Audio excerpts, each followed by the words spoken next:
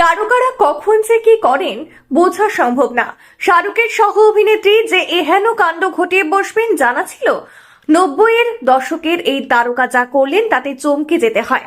প্রসঙ্গে শাহরুখের করণ অর্জুনের নায়িকা মমতা কুলকার্নি নতুন অবতারে দেখা গেল নায়িকাকে। অভিনেত্রী বেশ কিছুদিন লাইমলাইট থেকে দূরে ছিলেন, যদিও বা মাঝে মধ্যে তাকে সমাজ মাধ্যমে দেখা যেত, কিন্তু এবার তিনি যা করলেন যাতে ফের সমালোচনায় তিনি। অভিনেত্রী নাকি সন্ন্যাস নিয়েছেন, খবর ঠিক এমনই। গেরুয়া বসন, কপালে তিলক, রুদ্রাক্ষের মালা সব মিলিয়ে আত্মপান্ত সন্ন্যাসিনী তিনি। কোথা থেকে সন্ন্যাস নিলেন তিনি?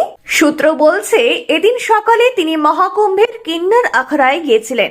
সেখানে তিনি আচার্য মহামঙ্গলেশ্বর ডক্টর লক্ষ্মী নারায়ণ ত্রিপাঠীর সঙ্গে দেখা করেন আর দুজনে প্রায় অনেক দিন আলোচনা করেন। সোশ্যাল মিডিয়ায় ভাইরাল হয়েছে একটি ভিডিও, যেখানে দেখা যাচ্ছে হিন্দু সন্ন্যাসীদের মতো তিনি গেরুয়া পোশাকে ঘুরছেন। অভিনেত্রীর নতুন কি নাম হয়েছে? সন্ন্যাস নিলে নিজের নতুন নাম নিতে হয়, পুরনো সবকিছু ঝেড়ে ফেলে একদম নতুন পরিচয় নিতে হয়। তিনিও তাই করেছেন। জানা যাচ্ছে তার নতুন নাম শ্রী ইয়ামাই মমতা নন্দাগিরি। কিন্তু হঠাৎ কেন এহেন সিদ্ধান্ত নিতে হলো তাকে?